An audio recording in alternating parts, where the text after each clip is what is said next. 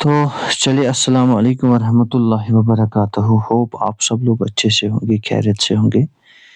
तो चलिए जैसे कि आपसे प्रॉमिस किया था कि सीयूईटी बच्चों का जो एग्ज़ाम है उस सिलसिले में मैं यहाँ पे एक सीरीज़ लाऊँगा आपके लिए, जिसमें ख़ास तौर पे हम पर्टिकुलरली पॉलिटिकल साइंस का जो एग्ज़ामिनेशन है उसके रिगार्डिंग जितना भी सिलेबस है, जो कि मैंने इससे पहले वीडियो यहाँ पे बनाया है, उसमें डिस्कस किया है बेटा। और साथ में आप याद रखोगे कि उसमें मैंने बोला था हर एक यूनिट के हम ऑलमोस्ट 100 एमसीक्यूज़ डिस्कस करेंगे और उन एमसीक्यूज़ को थोड़ा बहुत यहाँ पे डिस्कस भी करेंगे, जिससे आपको एक पूरा सिलेबस रिवाइज़ होगा। और मैं आपको पूरी गारंटी देता हूँ कि सीयूईटी एग्ज़ामिनेशन में जो क्वेश्चन पूछे जाएँगे, वो बिल्कुल इसी पीपीटी में पूछे जाएँगे जो कि मैंने यहाँ पे बनाए, ठीक है? तो मैं ये आपके साथ भी शेयर करता हूँ और आप क्या कीजिएगा, बस एक काम कीजिएगा, इस चैनल को आप सब्सक्राइब कीजिएगा, अपने दोस्तों के साथ शेयर कीजिएगा और वीडियो पे लाइक का बटन ज़रूर दबा लीजिएगा और इंशाल्लाह आपको इससे बिल्कुल बेनिफिट मिलेगा और आप अपने दोस्तों तक से को भी शेयर कर लेना। बस कोई फ़ी मैं कभी नहीं लूँगा। फ़िलहाल के तौर पे खाली आपको एक ही फ़ी देना पड़ेगा, दैट इज़ सब्सक्राइब इस चैनल को कीजिएगा और ज़्यादा से ज़्यादा अपने दोस्तों के साथ इसको शेयर कीजिएगा। तो चलिए करते हैं स्टार्ट। तो हमने यहाँ तक पार्ट 2 इसके यूनिट बनाए हैं। पहले में हमने सिलेबस को डिस्कस किया है, दूसरे में हमने 25 एमसीक्यूज़ को डिस्कस किया है।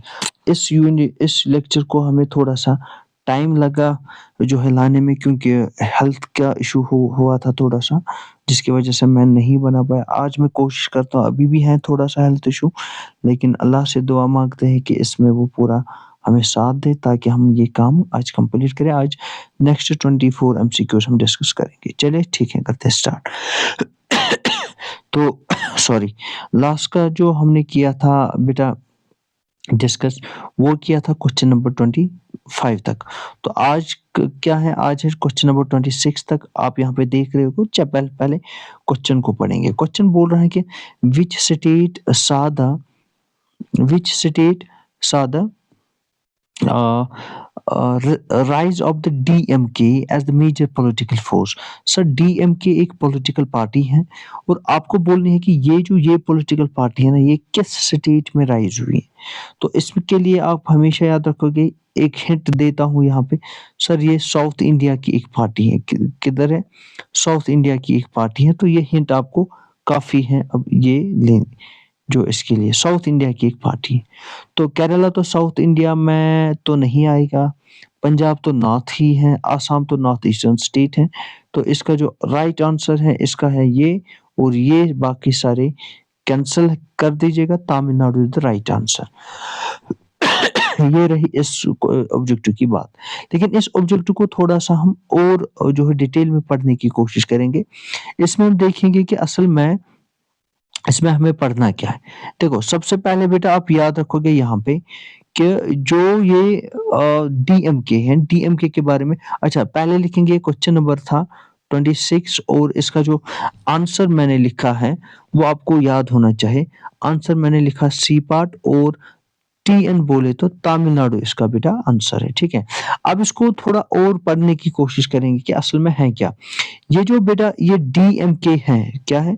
डीएमके, इसकी फुल फॉर्म हम देखेंगे। डीएमके की, DMK,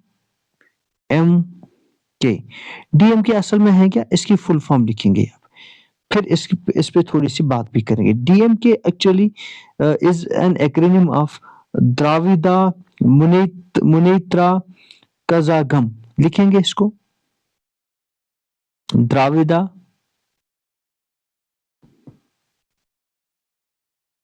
मुनेत्रा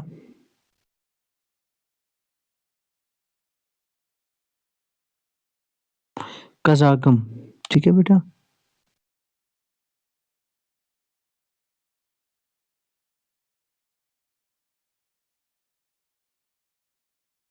कज़ागम। So remember it. This is the full name of this party. और ये पार्टी में है क्या असल में, इसकी कुछ आइडियोलॉजी थी इस डीएमके की। आइडियोलॉजी की अगर बात करेंगे, ये कास्ट डिस्क्रिमिनेशन के खिलाफ था। कास्ट डिस्क्रिमिनेशन जो होता था, डिस्क्रिमिनेशन ये बेटा उसके खिलाफ था, पहली आइडियोलॉजी।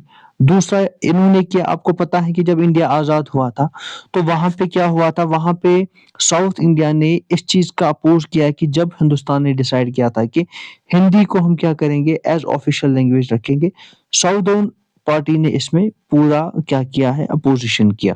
तो हिंदी का अपोज़िशन इन्होंने किया, ये आइडियोलॉजी थी। हिंदी अपोज़िशन, हिंदी लैंग्वेज का अपोज़िशन इन्होंने किया। तो इस आइडियोलॉजी को भी आप लिख लीजिएगा, ये इनकी थी। और ये हमेशा इसके अपोजिट में थे कि नॉर्थ की जो डोमिनेंस है ना ओवर इंडिया, पूरे हिंदुस्तान पे नॉर्थ डोमिनेंस है, तो ये उस चीज को डिसलाइक करते थे। तो ये बोलते थे कि नहीं बेटा, नॉर्थ डोमिनेंस नहीं होना चाहिए था। तो ये इनकी कुछ, हाँ, असल में ये क्या है, ये जो मूवमेंट है ना, limited to the Tamil speaking region, जैसे कि तमिल स्पीकिंग रीजन्स तक ये मूवमेंट जो है चली, या इनके जो ये, जैसे कि इसमें देखेंगे कि केरला पंजाब बाकी इसमें नहीं आएगा, तो ये इसका जो है राइट आंसर है। तो चले मूव करेंगे बेटा, अब क्वेश्चन नंबर हम किसके, क्वेश्चन नंबर 27 की।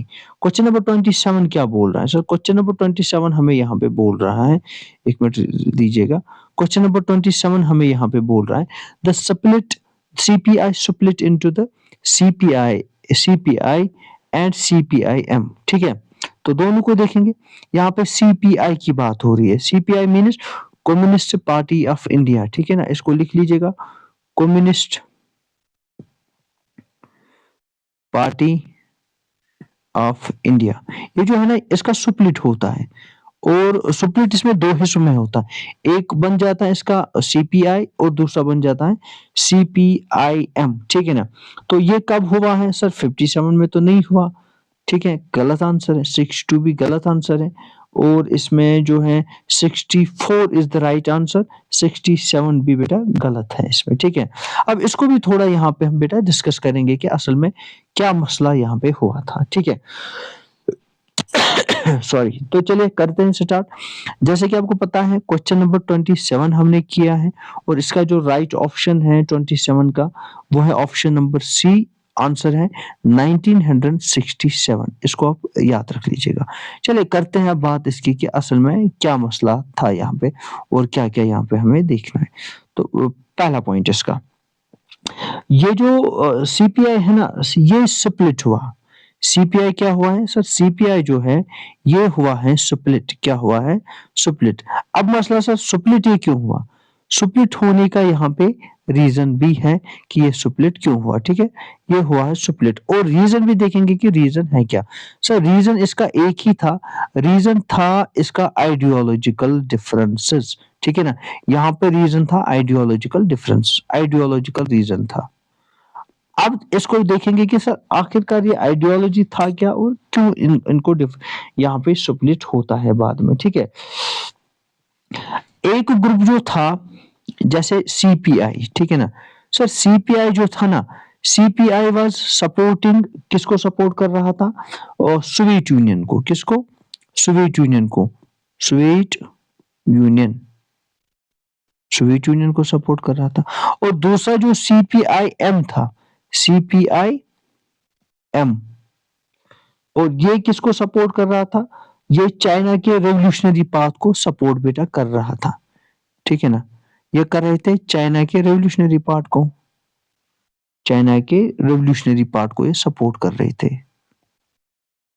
रेवोल्यूशनरी पार्ट को।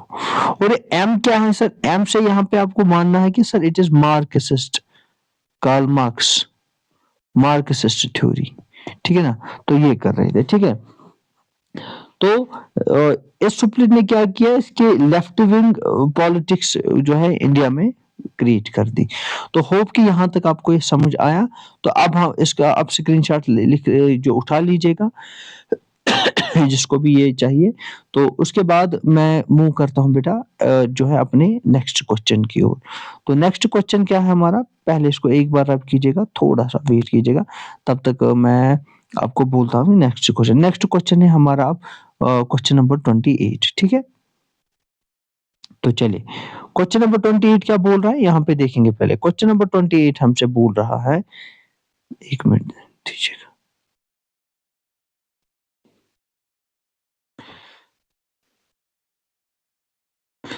1 मिनट दीजिएगा।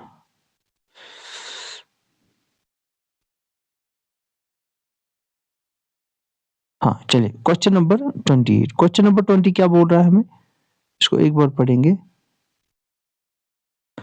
सॉरी इसको थोड़ा-सा यहाँ पे गड़बड़ी होती है।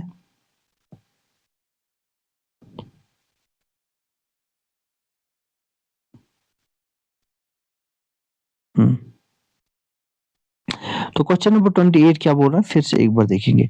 Which feature strengthened Indian democracy during one party dominance? Sir जब वन पार्टी डोमिनेंस था, ठीक है ना? जब वन पार्टी डोमिनेंस था, one party dominance that mean जब कांग्रेस की डोमिनेंस थी सर, कांग्रेस की डोमिनेंस थी। कौन-सा फीचर ऐसा था कि जब उसकी वजह से डेमोक्रेसी फिर भी मजबूत हुई, डेमोक्रेसी पे कोई असर नहीं पड़ा? सर एब्सेंस ऑफ इलेक्शन तो नहीं आएगा क्योंकि इलेक्शन वो तो कंटिन्यूअसली हो रहे थे। रेगुलर इलेक्शंस ये सही लग रहा है। मिलिट्री रूल तो नहीं आएगा, इमरजेंसी भी नहीं आ जाएगी क्योंकि ये तीनों के तीनों एंटी डेमोक्रेसी है, तो आंसर होगा इसका बी पार्ट। तो इसको थोड़ा-सा डिटेल में यहाँ पे समझने की बेटा कोशिश करेंगे। तो जैसे कि आपको पता है कि क्वेश्चन हम अभी कर रहे हैं, क्वेश्चन नंबर कौन-सा? 28 क्वेश्चन कर रहे हैं और 28 का क्वेश्चन नंबर के का जो आंसर है, वो है बेटा बी पार्ट, ठीक है ना? बी पार्ट इसका आंसर है, बी पार्ट इसका आंसर है। तो चलिए बी पार्ट इसका आंसर है। फिर से इसको अब थोड़ा डिटेल में जानने की कोशिश करेंगे असल में ये है क्या? क्योंकि यहाँ पे 2-3 चीज़ आपको देखनी है sir. Even when Congress dominated elections were free and fair ये बात सही है। जब कांग्रेस डोमिनेट कर रहा था ना इलेक्शन, तब भी इलेक्शन जो थे ना वो क्या थे sir? Free and fair election हो रहे थे। फ्री एंड फेयर इलेक्शन हो रहे थे। जब कांग्रेस डोमिनेट कर रहा था इलेक्शन, तो पहला पॉइंट आप ये लिख सकते हो। दूसरा रीज़न इसका ये लिख सकते हो कि डेमोक्रेसी तब भी मजबूत थी, तब भी बरकरार थी क्योंकि अपोज़िशन पार्टी को भी अलाउ किया जाता था कि वो कंटेस्ट इलेक्शंस करे। तो आप लिखोगे अपोज़िशन पार्टीज़ अपोज़िशन पार्टीज़ वर allowed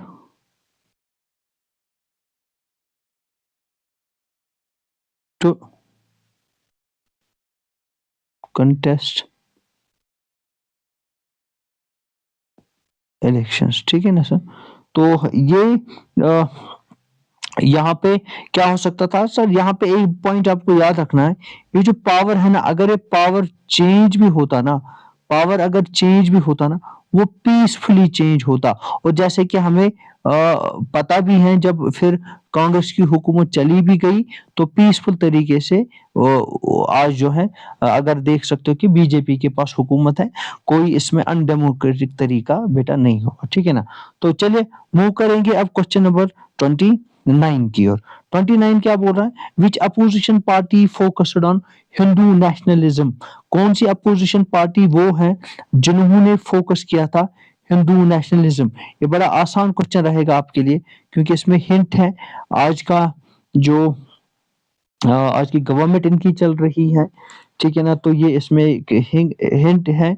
इसके बाद जो यहाँ पे ऑप्शन सीपीआई तो ये नहीं चल रहा था, हिंदू नेशनलिज्म तो इनके पास नहीं था, सोशलिस्ट तो जो जो इक्वालिटी पे था, स्वतंत्रता पार्टी तो भी बहुत अच्छी पार्टी थी राजेंद्र प्रसाद की। देखिए इसमें से एक जो है पॉइंट है जनसंघ, जैसे कि हमने इससे पहले डिस्कस भी किया है, जो कि फिर बाद में बीजेपी जो है में चेंज भी होता है। यहाँ पे क्या होता है, ये जनसंघ पार्टी ही चाहती थी स्ट्रॉन्ग नेशनलिज्म, लेकिन कौन-सा हिंदू नेशनलिज्म ये चाहता था, ठीक है? तो इसमें से अगर हम देखेंगे कि तो जनसंघ ठीक है। जनसंघ क्या बोल रहा था? जनसंघ किन बातों पे ज़्यादा ध्यान देता था, ज़्यादा ज़ोर देता था, इसकी बात करेंगे। ये जो बेटा ये जनसंघ पार्टी है, कौन-सी? जनसंघ। क्वेश्चन नंबर 29 जना संघ पार्टी जो है, इस पे ध्यान देना। ये किन चीज़ों पे ज़्यादा फ़ोकस कर रही थी सर? जनसंघ पार्टी जो थी ना, ये ज़्यादातर फ़ोकस कर रही थी कि हिंदू कल्चर होना चाहिए। हिंदू के इनमें जो जितने भी टेक्स्ट्स में लिखा है, वो कल्चर बेटा होना चाहिए। ये इस पे फ़ोकस कर रहे थे। दूसरा ये बोल रहा था कि अच्छा, यही जनता संघ पार्टी बाद में बीजेपी बन जाती है और आज आप बीजेपी का सारा देख रहे हो कि उनके ये जो कारनामे हैं क्या, उनके जो पॉलिटिक्स किस तरीके से चल रही है। ठीक है? तो अब देखेंगे यहाँ पे बेटा कि अब देखेंगे यहाँ पे इस पेज को पहले रब करेंगे, फिर हम आगे इंशाल्लाह इस सब को जो है फिर से एक बार पढ़ेंगे, ठीक है? तो फिर मूव करेंगे हमारे अगले क्वेश्चन की ओर। तो क्वेश्चन नंबर 29 तक हो गया। अब बेटा हम मूव करेंगे क्वेश्चन नंबर 30 तक। तो 30 को करेंगे यहाँ पे फिर से डिस्कस। 30 पे आ जाइए, ठीक है? 30 क्या बोल रहा है? जैसे आप देख रहे हो स्क्रीन पे, 30 बोल रहा है क्या जो 1 मिनट दीजिएगा। 30 बोल रहा है हमें one party dominance ended mainly due to one party dominance जो था, जो कि हमने देखा था सर 1952 से लेके 1967 तक जो एक पार्टी वन पार्टी डोमिनेंस चला, जब ये एंड होता है ना, वो क्यों होता है? क्या रीज़न रहे कि ये एंड हुआ? सर रीज़न पहला ये बोल रहा है वहीं से। क्या इसका रीज़न ये है बेटा कि वहाँ पे कॉन्स्टिट्यूशन अमेंडमेंट हो गया, ठीक है ना? क्या इसका रीज़न ये है कॉन्स्टिट्यूशन अमेंडमेंट हो गया वहाँ पे? ये तो नहीं है। सर क्या नेहरू जी या इस दुनिया से चले गए तो क्या रीज़न ये है कि वन पार्टी डोमिनेंस ही खत्म हो गया? नहीं, बिल्कुल भी नहीं है। क्या फॉरेन प्रेशर था कोई? नहीं, फॉरेनर्स तो भाग चुके थे।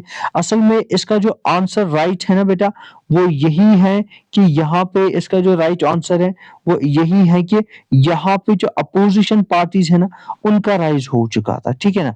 इसको फिर से थोड़ा-सा यहाँ पे डिटेल में पढ़ने की कोशिश करेंगे और समझने की हम कोशिश बेटा करेंगे। क्वेश्चन नंबर 30 है और इसका जो आंसर है फिर से मैं लिखता हूँ। क्वेश्चन नंबर 30 जो है इसका जो आंसर है इसका सी पार्ट, ठीक है ना? अपोज़िशन का राइज़ होता है। तो अब देखेंगे इसको थोड़ा एक्सप्लेन करेंगे। कांग्रेस वीक क्यों हुआ? अच्छा, मसला है कि अपोज़िशन पार्टी तब तक कामयाब नहीं होती है, राइज़ नहीं होगी, जब तक कांग्रेस में कुछ फ़ॉल्ट नहीं थे। सर, ये जो कांग्रेस पार्टी थी ना, यहाँ पे लिखेंगे भी, ये जो कांग्रेस पार्टी थी ना सर, इसमें हुआ क्या? इसमें पहला पॉइंट यहाँ पे ये होता है कि कांग्रेस के जो इंटरनल कॉन्फ्लिक्ट्स उठे। कांग्रेस में क्या उठे? इंटरनल कॉन्फ्लिक्ट उठा। और ठीक है ना? कांग्रेस में क्या उठा बेटा? इंटरनल कॉन्फ्लिक्ट उठा कांग्रेस में। कॉन्फ्लिक्ट इंटरनल कॉन्फ्लिक्ट उठा, ठीक है? जैसे कि वहाँ पे फिर आइडियोलॉजिकल डिफरेंस भी होता है और इंटरनल कॉन्फ्लिक्ट पर्टिकुलरली आपको याद रखना बेटा किस पे उठा है? सर इंटरनल कॉन्फ्लिक्ट जो पर्टिकुलरली उठा ना, वो उठा लीडरशिप पे, क्योंकि नेहरू जी के मरने के बाद वहाँ पे लीडरशिप ये इश्यूज़ उठे क्योंकि उसकी बेटी फिर उसके बाद आ गई। तो इससे क्या होता है, जो रीजनल पार्टीज़ हैं और जो अपोज़िशन पार्टीज़ हैं ना, वो स्ट्रॉन्ग बने और उन्होंने एकदम फिर कांग्रेस को बेटा हराया, ठीक है? तो होप कि आपको ये क्वेश्चन समझ आया होगा। चलो मूव करते हैं हम अपने नेक्स्ट क्वेश्चन की ओर। वो क्वेश्चन नंबर रहेगा बेटा कौन-सा? वो क्वेश्चन नंबर रहेगा 30 तो हमने किया। अब आते हैं हम नेक्स्ट क्वेश्चन पे, वो आ जाएगा 1 क्वेश्चन पे, 31 क्वेश्चन पे, ठीक है? Okay, 31 question. 1 मिनट दीजिए। 31 क्वेश्चन क्या बोलता है हमें? 31 क्वेश्चन हमसे पूछता है, क्या पूछता है? Which constitutional body conducts elections in India? Sir कौन सी कॉन्स्टिट्यूशनल बॉडी वो है जो इलेक्शन कंडक्ट हिंदुस्तान में कराती है? तो इसका आंखें बंद करके आप आंसर दे सकते हो, इलेक्शन कमीशन ऑफ इंडिया ही यहाँ पे इलेक्शंस को कंडक्ट कराता है, ठीक है ना? तो ये कॉन्स्टिट्यूशनल बॉडी है। ये कंडक्ट कौन सी? लोकसभा के इलेक्शंस, असेंबली के इलेक्शंस या प्रेसिडेंशियल इलेक्शंस हो, जिसमें फ्री एंड फेयर इलेक्शंस कराते हैं। इसको ज़्यादा डिस्कस करने की ज़रूरत नहीं है। तो चलिए हम बात करेंगे क्वेश्चन नंबर 32 की। 32 हमें क्या बोलता है? यूनिवर्सल एडल्ट फ्रेंचाइज़ का क्या मतलब है? सर यूनिवर्सल एडल्ट फ्रेंचाइज़ का मतलब है right to vote for all adults. B इसका सर सही आंसर होगा। ये बड़ा ईज़ी क्वेश्चन था। तो यहाँ पे आपको यही है कि इंडिया में क्या है इसमें? सर इंडिया में जो भी 18 साल का बंदा होगा उसको वोट डालने का हक है, regardless of their caste, creed या एनी रिलीजन, कुछ भी, ठीक है ना? तो अगर हम देखेंगे इसमें एक पॉइंट आप लिखोगे सर 1987 तक ऑलमोस्ट जो वोटिंग एज थी ना दैट वाज 21, फिर कॉन्स्टिट्यूशनल अमेंडमेंट एक्ट आया, उसमें से इसको रिड्यूस करके 18 इयर्स तक रखा गया, ठीक है ना? इसको भी आप ध्यान में रख लीजिएगा। तो चलिए करते हैं बात अब क्वेश्चन नंबर 33 की। सर क्वेश्चन नंबर 33 हमें क्या बोलता है? क्वेश्चन नंबर 33 हमें बोलता है the Indian constitution provides for how many types of government? तो कितनी टाइप्स की गवर्नमेंट हमें इंडियन कॉन्स्टिट्यूशन प्रोवाइड करता है? असल में हिंदुस्तान की पहले क्वेश्चन नंबर लिखेंगे यहाँ पे, चलिए आते हैं यहाँ पे। असल में जो इंडिया की जो गवर्नमेंट है ना, क्वेश्चन नंबर 33, असल में जो इंडिया की जो गवर्नमेंट है ना बेटा, इसका जो आंसर है ना वो है यहाँ पे आंसर सी। आप लिख लेना यहाँ पे इसका आंसर सी। एक मिनट दीजिएगा, पहले इसका आंसर लिखेंगे फिर जी। तो इसमें इससे जो आंसर है ना बेटा आपको, वो है क्वेश्चन नंबर 33 को आंसर सी। सी क्या बोल रहा है? Federal with unitary form. इसको समझेंगे तो 33 को सी आंसर है। आंसर क्या है? एक तो है फेडरल, दूसरा है यूनिटरी फॉर्म।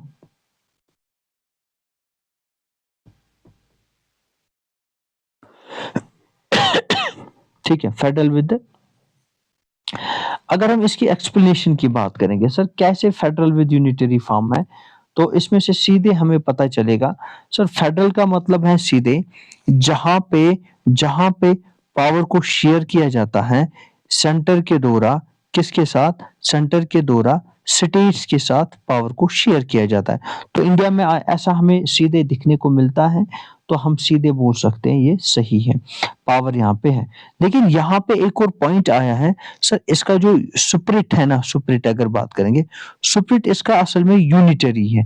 यूनिटरी मीन्स कि यहाँ पे जो ज्यादा पावर है ना, हम ऐसे लिख सकते हैं सर, यहाँ पे जो मोर पावर है ना वो किसके साथ वेस्ट होता है? Sir wasted with centre. तो दैट इज द रीजन हम इसमें यूनिटरी भी बोलेंगे और फेडरल भी बोलेंगे, ठीक है? तो यहाँ पे आपने 12th में इसको और भी अच्छे से पढ़ा होगा। तो चले अब करते हैं बात बेटा क्वेश्चन नंबर हम 34 की। 34 क्या बोलता है हमें? Which are the following ensure the political competition in India? कौन सा एंश्योर करता है political competition India? Single party rule, regular election, presidential system और इमरजेंसी प्रोविजन। दैट मीन्स कि कौन सा इसमें से ऑप्शन एंश्योर बनाता है कि पॉलिटिकल कंपटीशन होना चाहिए और अच्छे से हो भी रहा है? तो इसका जो आंसर है ना सर वो है एक ही, that is regular election is the right answer. Sir regular election में ही क्या होता है इसको थोड़ा सा डिस्कस भी करेंगे कि इसमें इलेक्शन अलो करता है मल्टी पार्टीज को। क्वेश्चन नंबर 34, इलेक्शन क्या करता है सर? अलो करता है मल्टी पार्टीज को, मल्टी पार्टीज को अलो करता है। क्या करता है मल्टी पार्टीज को अलो? कि आप भाई चेंज गवर्नमेंट को कर सकते हो। चेंज किसको कर सकते हो? चेंज गवर्नमेंट को कर सकते हो। और इसी इलेक्शन की वजह से क्या होता है सर, एक और बात, अकाउंटेबिलिटी होती है। क्या होती है बेटा? अकाउंटेबिलिटी, ठीक है, अकाउंटेबिलिटी बेटा होती है, ठीक है? तो चले हो गया इसका। अब इसको इस पेज को रब करेंगे, अगर किसी को स्क्रीनशॉट भी लेना होगा वो लीजिएगा, 1 2 एंड 3। चले अब हम नेक्स्ट क्वेश्चन की ओर बेटा करेंगे मूव।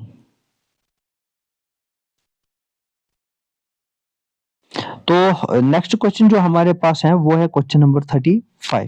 क्वेश्चन नंबर 35 क्या बोलता है इसको एक बार फिर से हम देखेंगे। तो क्वेश्चन नंबर 35 बेटा हमसे पूछ रहा है which decision is considered as the political earthquake in India? बहुत ही इंपॉर्टेंट है, पॉलिटिकल अर्थ किस डिसीजन को माना जाता है इंडिया में, ठीक है ना? तो करेक्ट है सबसे पहले इसमें कौन किस इलेक्शन को माना जाता है पॉलिटिकल अर्थक्वेक, ठीक है ना? वो माना जाता है 67 को। क्यों सर? इसमें जो कांग्रेस की डोमिनेंस रही थी ना सर, कांग्रेस की जो डोमिनेंस रही थी वो यहाँ पे खत्म होती है, तो डोमिनेंस का यहाँ पे एंड होता है। कब से डोमिनेंस थी सर? 3 इलेक्शंस में कंटिन्यू, फ्रॉम 1952 से लेके 67 तक। तो 67 का जो इलेक्शन है ये इंडिया की पॉलिटिक्स में एक टर्निंग पॉइंट बेटा बन जाता है। तो यहाँ पे आप देखेंगे फिर से, तो ऐसे ही आप जो जुड़े रहिए, इसको फिर से डिस्कस करेंगे। यहाँ पे फिर से देखेंगे कि इसमें क्या हमने देखा है। इसमें हमारे जो हमारा जो ये क्वेश्चन था, ये क्वेश्चन नंबर था बेटा क्या? क्वेश्चन नंबर था 35। तो 35 का हमने आंसर दिया है, 35 का हमने आंसर दिया है 1967। इसको मैंने ऑलरेडी डिस्कस किया, इसको ज़्यादा बोलने की ज़रूरत नहीं है। कांग्रेस का यहाँ पे फिर भी अगर 1-2 पॉइंट लिखोगे, कांग्रेस ने यहाँ पे क्या किया है बेटा? कांग्रेस का जो पावर है ना वो लॉस्ट होता है। कांग्रेस ने अपना जो है पावर है बेटा वो यहाँ पे खोया, इस इलेक्शन के बाद पावर लॉस होता है।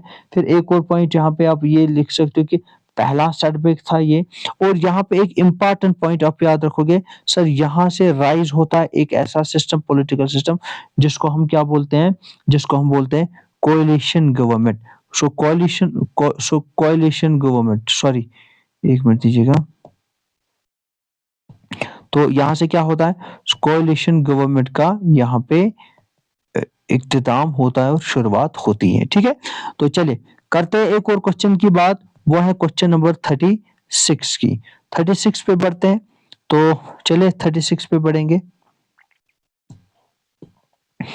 36 क्या बोलता है? 36 हमें बोलता है कि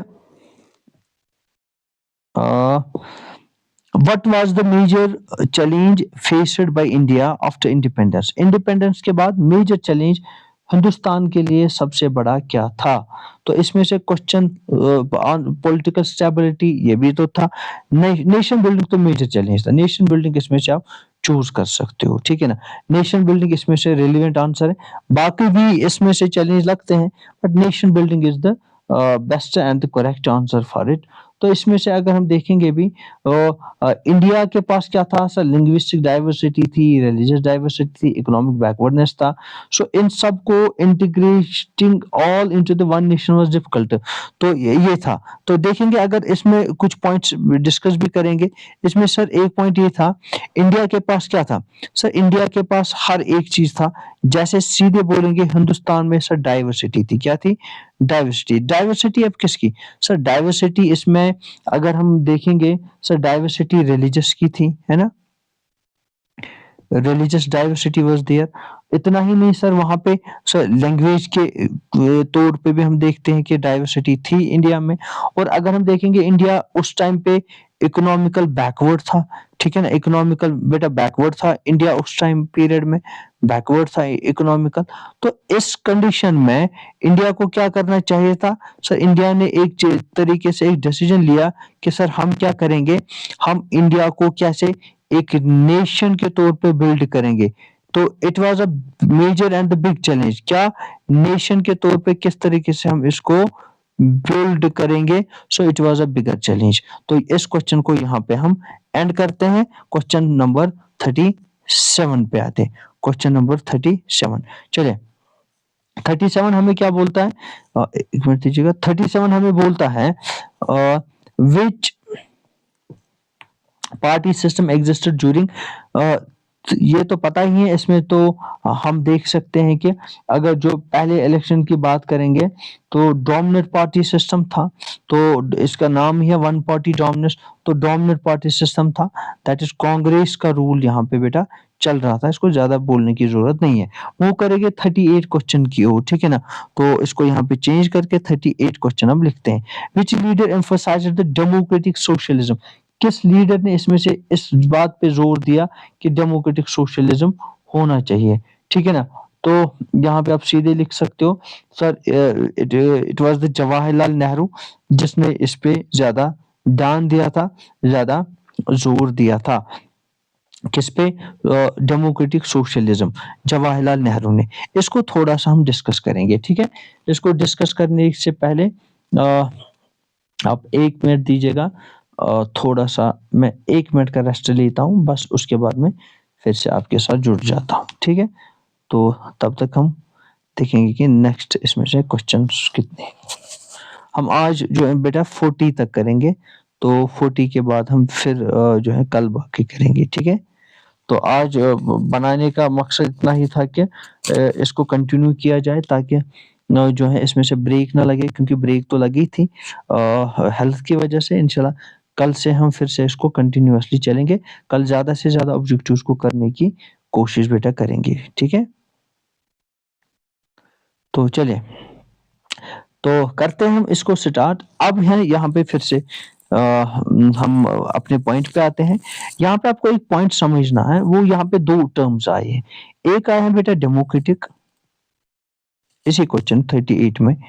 एक आया है डेमोक्रेटिक, दूसरा आया है बेटा कौन-सा सोशलिज्म। दोनों टर्म्स को समझेंगे। सोशल डेमोक्रेटिक है क्या? सर डेमोक्रेटिक तरीके से उस टाइम का इंडिया जो है ना, ये नीड ऑफ द आवर था। क्यों था need of the hour? Sir क्योंकि यहाँ पे डेमोक्रेटिक में एक ही था, जो गवर्नमेंट है ना वो चॉइस के अकॉर्डिंग बने और लोगों के पास क्या हो, सर लोगों के पास राइट्स होने चाहिए, जो कि उस टाइम पे इंडिया मिस कर रहा था। ठीक है ना? यहाँ पे शॉर्ट में डेमोक्रेटिक क्या है? सर इंडिया ने इससे पहले इलेक्टेड गवर्नमेंट अच्छे से नहीं देखी थी कभी। इससे पहले अगर हम देखेंगे मुगल्स रूल कर रहे थे तो इलेक्टेड गवर्नमेंट थी, ब्रिटिशर्स थे तो इलेक्टेड गवर्नमेंट नहीं थी। तो यहाँ पे एक इलेक्टेड गवर्नमेंट का संग बुनियाद हो, तो इस चीज़ को यहाँ पे डेमोक्रेसी आपको समझना है। जैसे आपको पता है डेमोक्रेसी है कि of the people, by the people, for the people. यहाँ पे आप इलेक्टेड गवर्नमेंट आप शॉर्ट में समझो, जिसमें लोगों की चॉइस की कदर की जाए और साथ में इनके राइट्स को भी जो है एक्सेप्ट किया जाए। और अब बात रही सोशलिज्म की। सर सोशलिज्म है क्या? सर सोशलिज्म सिंपल समझो, जब सोसाइटी में इक्वालिटी होगी। इक्वालिटी क्या होगी? सर जब यहाँ पे प्राइवेटाइजेशन कैंसल होगी और जब यहाँ पे रिसोर्सेज को इक्वली क्या किया जाएगा? सर रिसोर्सेज को इक्वली डिस्ट्रीब्यूट किया जाएगा। क्या किया जाएगा? रिसोर्सेज को इक्वली डिस्ट्रीब्यूट किया जाएगा। डिस्ट्रीब्यूट किया जाएगा, ठीक है ना? तो इन टर्म्स का मतलब बेटा ये है। तो चलिए करते हैं अब मूव हम क्वेश्चन नंबर 39 की ओर। तो आप खाली इसमें से कुछ सेकंड दीजिएगा ताकि इसको रब करेंगे, ठीक है ना? आप साथ में इसको लिख लीजिएगा ताकि आप भी अपनी जगह पे इन नोट्स को बना लोगे। तो चलिए मूव करेंगे हम क्वेश्चन नंबर 39 की ओर। 39 बेटा क्या बोल रहा है हमें? ये बोल रहा है क्वेश्चन नंबर 39, क्वेश्चन नंबर 39 क्या बोल रहा है? क्वेश्चन नंबर 39 बोल रहा है विच institution protects the constitution. Sir constitution को कौन सा इंस्टीट्यूशन हमें हमें प्रोटेक्ट करके देता है? तो इसमें से सिंपल आंसर जो है ना आपका, वो आ जाएगा सुप्रीम कोर्ट। सुप्रीम कोर्ट क्यों? तो क्वेश्चन इसका जो आंसर है, आंसर सी है, सुप्रीम कोर्ट लिखेंगे यहाँ पे। Supreme court is the right answer. Supreme, sorry sorry, ठीक है, सुप्रीम, सुप्रीम कोर्ट। अच्छा सुप्रीम कोर्ट क्यों? सर सुप्रीम कोर्ट एक ऐसा इंस्टीट्यूशन है जिसको बोला भी जाता है it is the guardian of the constitution. Guardian means रखवाला, जो हर एक पे क्या करेगा? नजर रखेगा। सुप्रीम कोर्ट को ये बोला भी जाता है। सुप्रीम कोर्ट करता क्या है और कैसे कॉन्स्टिट्यूशन को बचाता है? दो तीन तरीके से। सबसे पहले कॉन्स्टिट्यूशन को इंटरप्रेट करता है। क्या मतलब है इसका इंटरप्रेट करना? सर इंटरप्रेट का मतलब ये है कि ये डिटेल्ड एक्सप्लेनेशन देता है हर एक राइट का। दूसरा, कोई भी फंडामेंटल राइट हो ना, एफ आर जिसको शॉर्ट में लिखेंगे, उसकी सर प्रोटेक्शन सुप्रीम कोर्ट में होती है। ठीक है ना? फंडामेंटल राइट की प्रोटेक्शन जो है ना, वो सुप्रीम कोर्ट में होती है। बड़ा ही इंपॉर्टेंट पॉइंट में बोल रहा हूँ। सर ये क्या बोलता है? Declares unconstitutional law invalid. अगर कभी भी पार्लियामेंट में कोई लॉ बनेगा, अगर वो अनकॉन्स्टिट्यूशनल होगा, सो जुडिशियल रिव्यू के तहत। जुडिशियल रिव्यू क्या है? सो जुडिशियल रिव्यू है कि पार्लियामेंट में अगर लॉ बनेगा तो उसको जुडिशरी में रिव्यू किया जा सकता है और फिर क्या होगा? रिवाइव किया जा सकता है। रिवाइव इसको बोलते हैं। 1 मिनट आप दीजिएगा, तो इसको यहाँ पे स्पेलिंग सीधे अच्छे से लिखेंगे। तो यहाँ पे आप लिख सकते हो बेटा रिवाइव इसको, हाँ, REVIEW, रिवाइव, जुडिशियल रिवाइव बोलते हैं। इसमें से वो क्या कर सकता है, उस लॉ को बेटा स्टक डाउन कर सकता, और we can say struck down उस लॉ को किया जा सकता है कॉन्स्टिट्यूशन द्वारा, अगर जो वो पार्लियामेंट में ही क्यों ना बना होगा। तो इसलिए इसका आंसर ये है। तो आज के इस लेक्चर का लास्ट वाला लेक्चर जो होगा वो आपको क्वेश्चन नंबर 40 है यहाँ पे बेटा।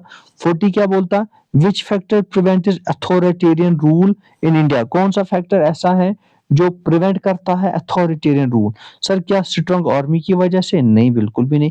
क्या अपोजिशन वीक है, नहीं बिल्कुल भी नहीं।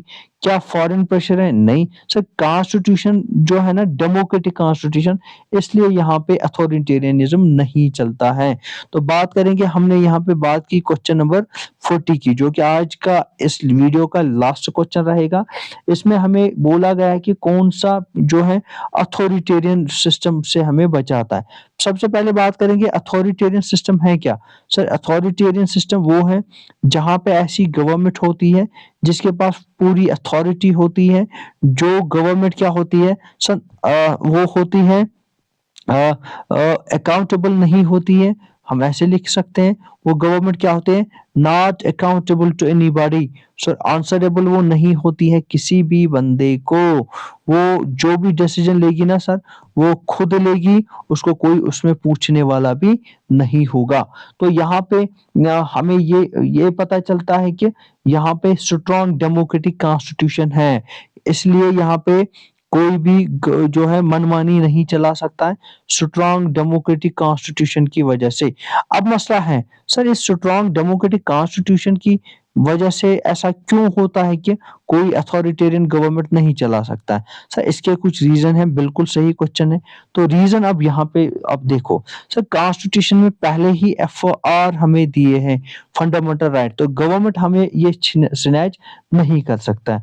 दूसरा कॉन्स्टिट्यूशन ने क्या बोला है सर, कॉन्स्टिट्यूशन सीधे बोला है कि सर एक इंडिपेंडेंट जुडिशरी है। इंडिपेंडेंट मीन्स कि सर गवर्नमेंट का कोई प्रेशर जुडिशरी पे नहीं होगा।